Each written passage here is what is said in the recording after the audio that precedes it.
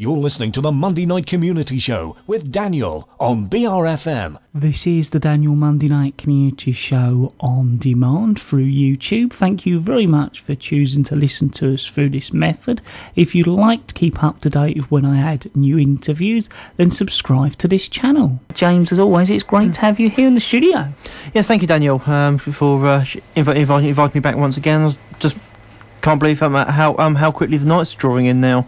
No, I think this is about our first full night where it's really dark up here, so they've certainly come in quick. Yeah, certainly, and soon, not long now till 2015's knocking on our door.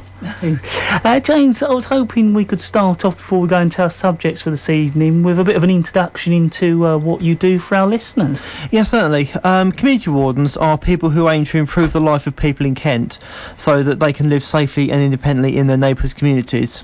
We are distinctly different from police officers and the PCSOs, who are the police community support officers, as we are employed by Kent County Council and not Kent Police. However, we do provide a visible uniform presence and are regarded as the focal point for inquiries in the community on any topic.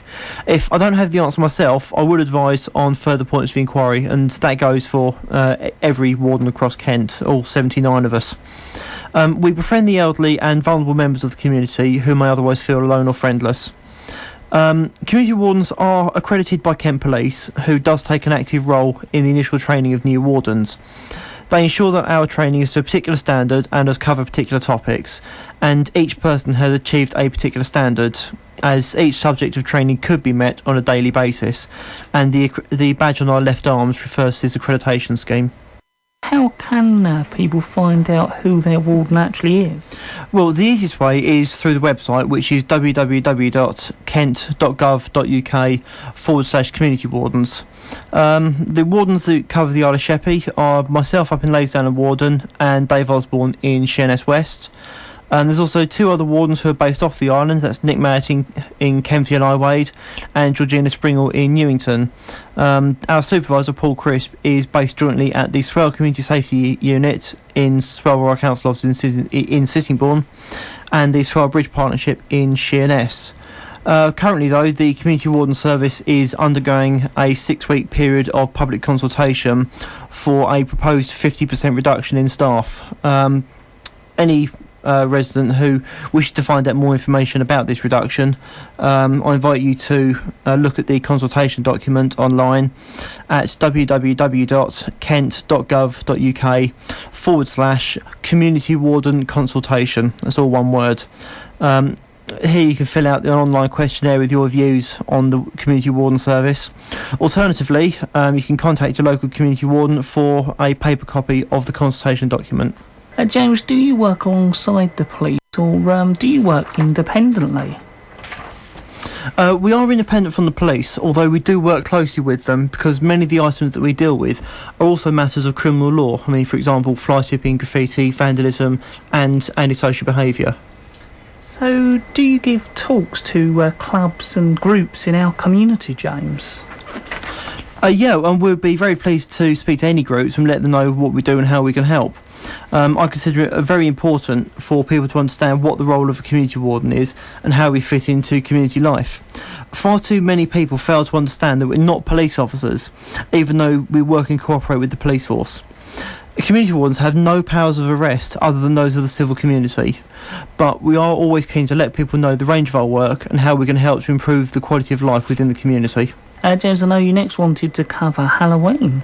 Yes, indeed. Halloween is literally only about, 2-3 weeks away, probably I think 2 weeks actually. So just some guidelines for anyone who does wish to go trick-or-treating. And quite simply 4 things. One is to make sure you take an adult with you. 2, call at houses where people know you. 3, if you see a sign saying not to call, then please don't. And lastly, get so many calls to the police about this for every year, but don't throw eggs and flour. It is a real nightmare to try and get off of windows, cars, buildings, etc. So just really don't do it. Also, many shops won't sell eggs and or flour to persons under the age of 16 at this time of year, simply because of that fact. There are some do not call signs available to those people that would like them in case they don't want anyone coming to their door. Quite simply, drop into either the police station or contact your community warden, and we'll make sure that we get one of these signs out to you. James, I was hoping you could cover for us next a little bit about bonfire night. Yes, certainly. We've got Halloween that's in 2 weeks' time, bonfire night 3 weeks' time, and so on and so forth to the end of the year. And really, bonfire night is all about how to keep yourself safe, as I certainly don't want to find out that any members of my community have ended up in hospital, or even worse, because they've been foolish with fireworks, etc. So it's pretty obvious to state, but it is safer to go to an organised display. But I do understand that a lot of people would do like having a box of fireworks in their own back garden. So if you're going to stay at home and enjoy your own fireworks, only buy them with a certain mark on them, which is BS 7114. This is the British standard to which all fireworks have to be made to, and there are such stringent quality control tests on them that these fireworks are safe when used properly. And it's important to remember that it's against the law for any proprietor to sell fireworks to under 18s. It's also illegal for anyone under the age of 18 to be in possession of fireworks. I mentioned earlier about buying fireworks. There's 5 different categories, ranging from indoor fireworks right up to professional display. And it's actually illegal for someone to own fireworks which are intended for a professional display. I can't remember off the top of my head what the categories are where a licence is required, but certainly Category 5, which are the professional ones, do require specialist licences. It's also illegal to set off fireworks after 11 o'clock at night and before 7 o'clock in the morning, except on bonfire night when that is extended to midnight, and New Year's Eve, Diwali and Chinese New Year when that time is extended to 1 a.m. Further information about the firework code can be found on www.dti.gov.uk/fireworks. And if fireworks are used in a manner that causes a nuisance, then that person would be liable for an £80 fine. And if fireworks are used dangerously, a prison sentence may be issued, and the maximum sentence which can be given for this is life. James, I was hoping you could go over some useful contact details for our listeners. Yeah, certainly. One's going to go over is Kent Police, Swale Council, both their contact centre and noise nuisance, training standards or consumer direct. The 2 web addresses for the community warden service, including our consultation details, and again, a reminder about bonfire night and the fireworks. So for Kent Police, we've got 2 numbers, non-emergency and emergency. Firstly, that's 101 for non-emergency and 999 for emergency.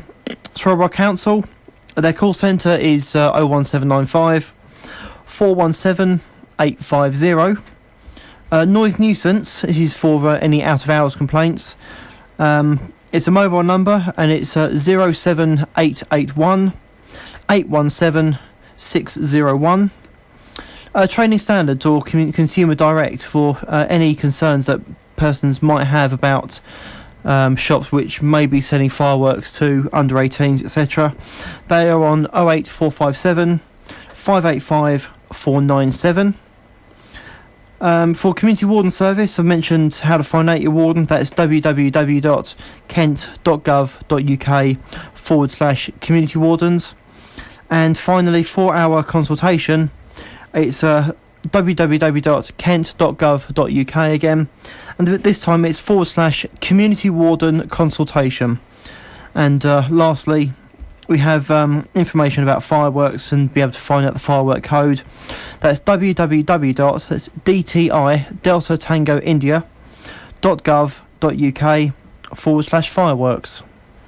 James, as always, I'd like to thank you very much for coming along and updating our listeners, especially covering Halloween and bonfire night for us. That's okay, Daniel, you're welcome. It's been a pleasure to come back again. And we will see James in another couple of months' time, right here at BRFM on the Monday Night Community Show. this evening.